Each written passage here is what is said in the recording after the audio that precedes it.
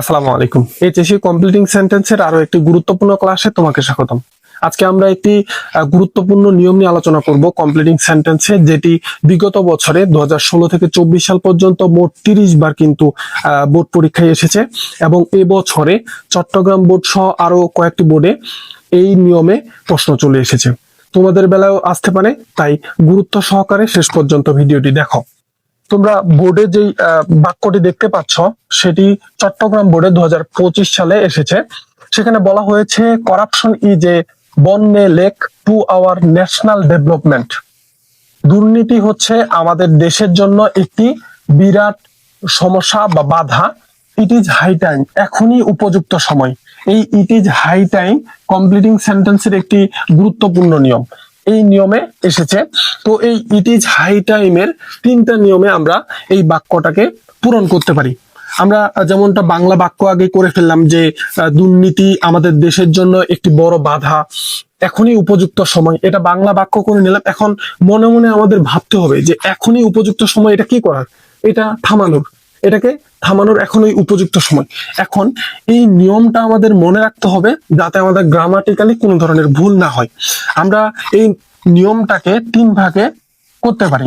প্রথমত আমরা সাবজেক্ট দিব, তারপর ভার্বের পাস্ট ফর্ম এক্সটেনশন দিয়ে এই বাক্যটাকে কমপ্লিট করতে পারি।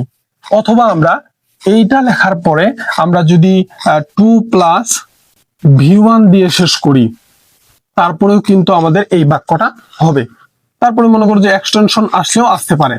তারপর আরো একটি নিয়ম রয়েছে, সেটা হচ্ছে it is time, it is high টাইমের পরে আমরা যদি ফর দিই, তাহলে আমাদের অবজেক্ট লিখতে হবে এবং এই অবজেক্টটা অবশ্যই ব্যক্তিবাচক হবে।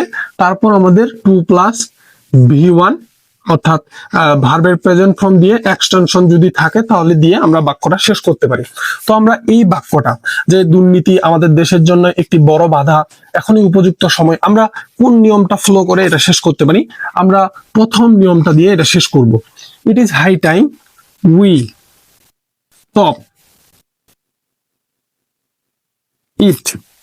এখনই উপযুক্ত সময় এটা থামানোর। এই যে বললাম, আগে আমরা কোনো কমপ্লিটিং সেন্টেন্স যদি পূরণ করতে চাই তাহলে আমরা আগের বাক্যগুলো ভালো করে পড়বো, সেই বাক্যগুলোর বাংলা অর্থ কি সেটা ভালো করে পড়বো। তারপর আমরা সেটা মনে মনে অনুধাবন করার চেষ্টা করব যে এই বাক্যটার সাথে আমি যেই মনে মনে ভাবতেছি বাংলা বাক্যটা, সেটা মিল খাচ্ছে কিনা। সেটা যদি মিল খেয়ে যায় তাহলে আমরা এই নিয়মগুলো অনুযায়ী, যেমন হচ্ছে সাবজেক্টের পরে ভার্বের পাস্ট ফর্ম দিতে হবে, তারপর এক্সটেনশন দিয়ে শেষ করতে হবে।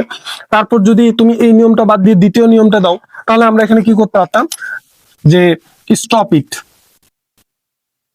এভাবে কিন্তু শেষ করতে পারতাম।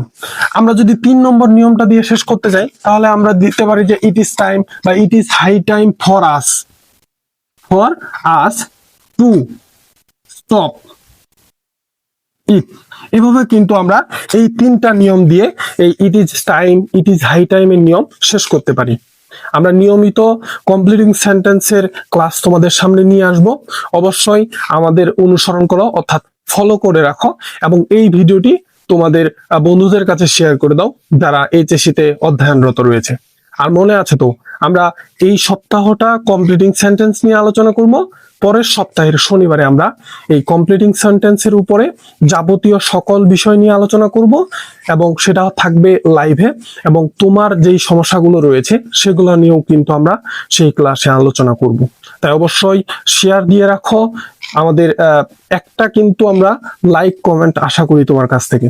আমরা এই বিষয়ের উপরে তোমাকে কমেন্ট বক্সে 3-4টা এক্সারসাইজ দিয়ে দিব, সেগুলোর উত্তর তোমরা এখনই ইনস্ট্যান্ট কমেন্ট করে জানিয়ে দাও, তাহলে তোমার চর্চাটাও হয়ে যাবে এবং এই নিয়মটা আর মনে হারাবে না। তো দেখা হচ্ছে নতুন কোনো নিয়মে। ততক্ষণ পর্যন্ত তোমরা সকলেই ভালো থাকো, সুস্থ থাকো। আল্লাহ হাফিজ।